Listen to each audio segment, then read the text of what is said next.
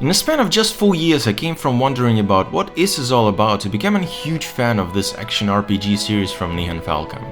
Featuring fast-paced gameplay, exciting adventures in a world that mixes real history and geography of Age of Exploration with myths and legends, and famously great soundtracks, series evolved through time, sadly never reaching the same levels of popularity internationally as it did locally in Japan.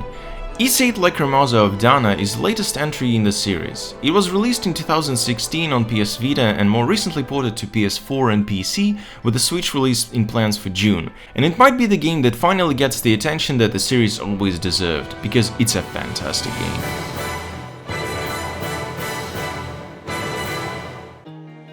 Since Ys are best known for the great gameplay, I'm going to start with something unexpected. Ys 8 has an amazing narrative. Not since the storyline of the first two games and the prequel Origin have I been this interested in the world and the characters of the game.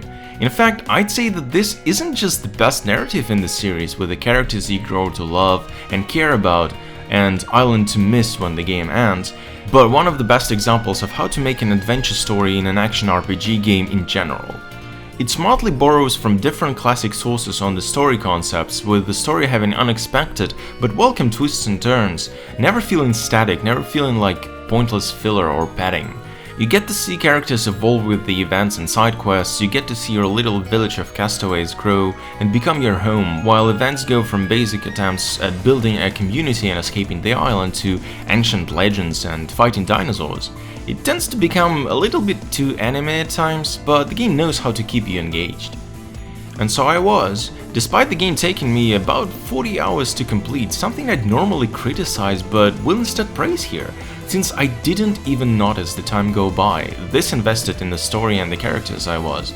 So much that I actually forgot to record any gameplay until the end of the game and the New Game Plus, so do expect gameplay to be as quick-paced and fun as you're seeing on the screen, but it's just that encounters will be a bit tougher. Though never too tough, and that's a huge positive as well, Ys 8 is very welcoming to newcomers to the series, with normal being just perfect in difficulty, requiring you to just learn the game, but never grind, following the main paths and side quests without feeling like you must stay in one place for too long. And some of the super optional things you can simply postpone to New Game Plus, since it has a lot of helpful options for starting a new playthrough. Even the music feels especially amazing this time around. It is expected for a game from Falcom to have stellar music, but Ys 8 might have the best soundtrack since the originals. And it's not even afraid to experiment, and at one particular activity it even uses a drum and bass track, not unlike something Pendulum would write, which yet manages to still fit the tone and sound of Ys music. But speaking of activities, while most of them are indeed optional, if you're a completionist like me, you will probably try to do them all as well, and while the optional things like raids and hunts have really cool systems unique to them in place, with upgrades and NPCs doing passive support for your team, due to their arena-based nature they can become a bit tedious. If you're playing on Vita or later on Switch, it might be less of an issue due to the pick-up-and-play nature of consoles, but when playing on PC or PS4, this might feel a bit like filler that is otherwise missing from the main parts of the game.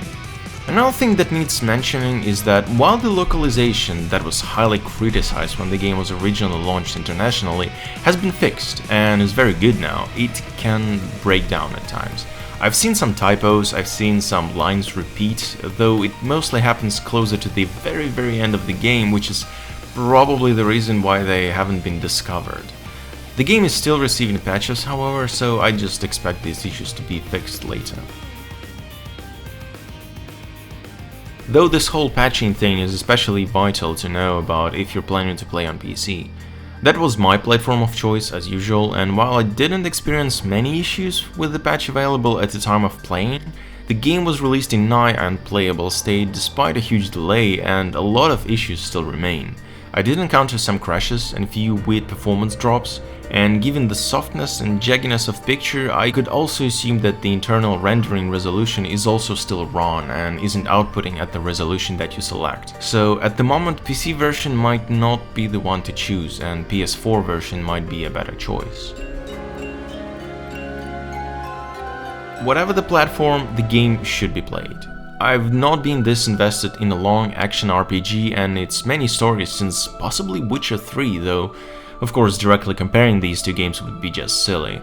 Ys VIII Lacrimosa of Dana is an amazing example of how adventure action RPG games can and should be made, and a perfect game to get introduced to Ys series. But even if you don't plan to play the rest of the series, you simply owe it to yourself to play Ys VIII.